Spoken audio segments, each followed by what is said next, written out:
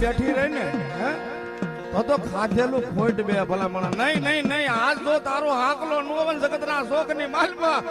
તારા કઢિયાએ કોકદી ગઈ વેસી ખાધી વણ કરતો કઢિયાની માલમાં વાજી લઈ ગયા ભાઈ આજ મારી નાભીની મેલડીને હાલ કેમનો ઉતારનો